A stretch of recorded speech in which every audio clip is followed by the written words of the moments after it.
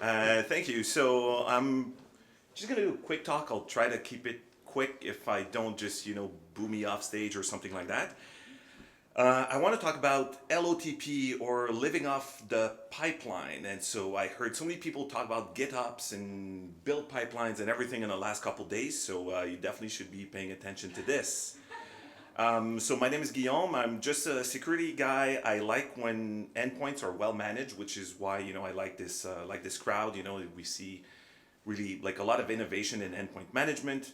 I worked at different companies that ship software to endpoints, which is a very difficult problem.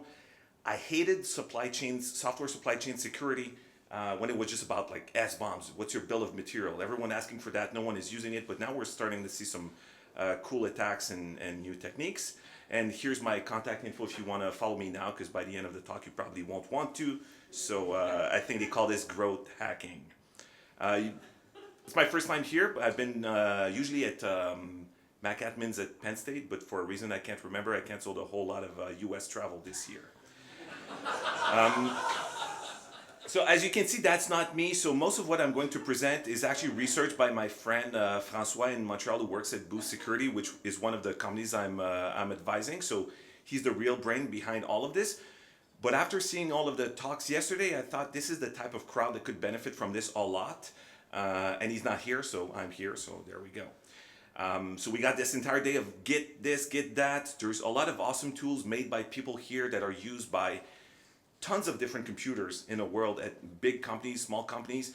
That makes you all targets for these types of attacks. And then Matt threatened me, said you got to do a quick talk. So yesterday at the hotel bar, I whipped this up. So by making these awesome open source tools, you are a supply chain target because someone can use your cool open source project to break into all the companies that we've seen here.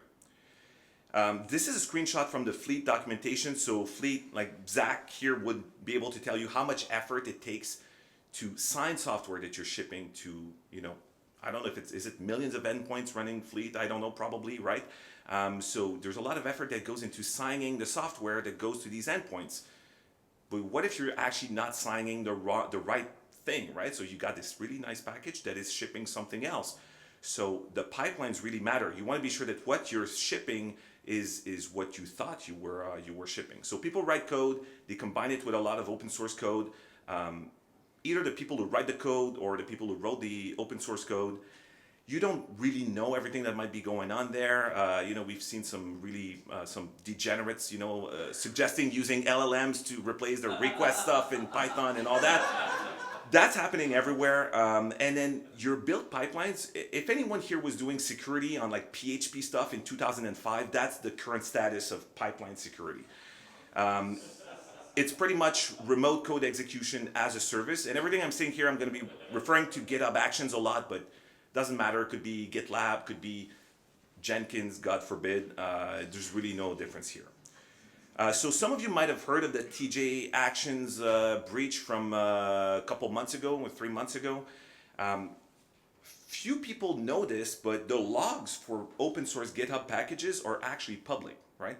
So the interesting thing here is, I can compromise a GitHub action. I can start dropping secrets in the logs. I'm just going to encode them a little bit so people don't see them.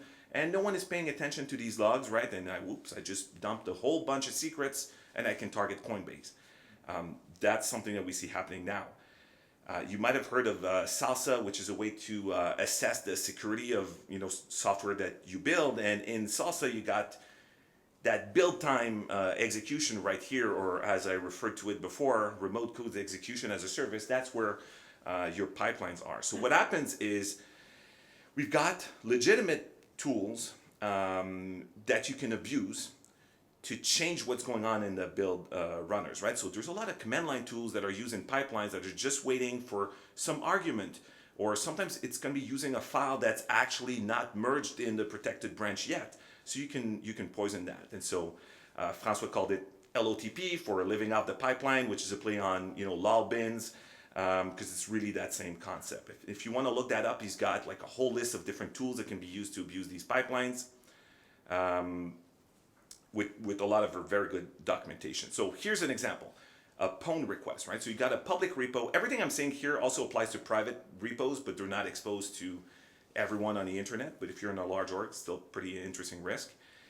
So your public repo is using a GitHub action that gets triggered on PRs from forks, right? Like it's an open source thing. And it's using secrets, right? Your GitHub action needs secrets to be able to access something on GitHub or something else. We very often see the ability to inject scripts, bash scripts. We also see scripts that will take arguments from things like comments or branch names, right? So what you can do is you create a PR. The PR doesn't get merged, right? You create the PR, the test starts running, and you're curling something else and executing it. You compromise a runner. People still use persistent runners sometimes, so that could even be like a long-term compromise. And then you delete your PR. Nothing really got merged. Very few people would notice that this has happened, and now you're compromising what gets built. So here's an example of a vulnerable workflow. So it's got a whole bunch of permissions, and it's using a lot of variables that are actually controlled by whoever submits the pull request. So I'm going to show you a few other examples right here. All right here. Okay, so this first one, there's a lot of them where you got like curly brackets everywhere, and you can actually control that through the branch names. We see people letting things like dependabot auto merge or other bots auto merge. But they're using like the GitHub actor to do that, right? Like if the GitHub actor is dependabot, then auto merge. You can spoof that. And then people that are using non-ephemeral, self-hosted runners, it just makes the entire thing like way worse. So the guys at Boost, mostly François, made a tool called Poutine, of course. We're quite surprised there was no command line tool called Poutine already, which is a security scanner for your build pipelines. And so I'm going to show an example. I don't want to do it on like anything live because like who knows what could happen. I don't want to drop like a 0-day here. So he also created a GitHub org called Messy Poutine, which is kind of like the damn vulnerable web app. This is damn vulnerable pipelines, right? So you just run Poutine analyze repo, or you could do an entire org and you point it to your repo. And you run that. It's very fast. First step is it's going to clone the repo. Might work better when you have internet access. Who does this on tethering? Gotta be an idiot.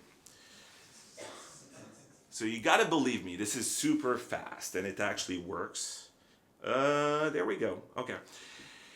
So it's gonna go through, and it's got maybe a dozen different rules. And it's looking for injection points, it's looking for vulnerable GitHub actions, it's looking for a whole bunch of different ways someone could compromise your build environment.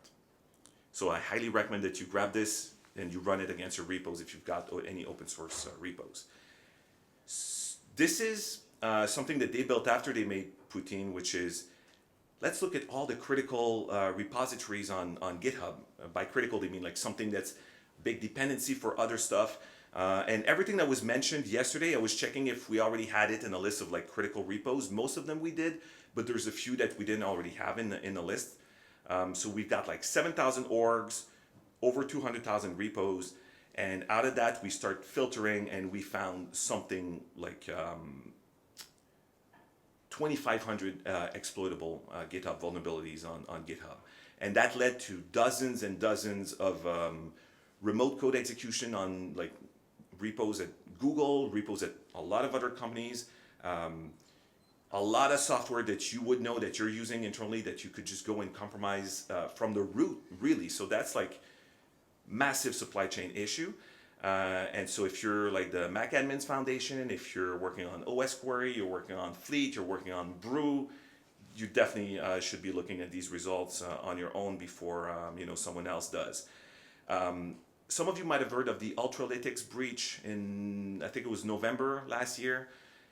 It was exactly that, right? And so then the guys at Boost figured, hey, these logs are public, so we could build detections on that, right? So they're now ingesting well over 5 million log events a day from GitHub.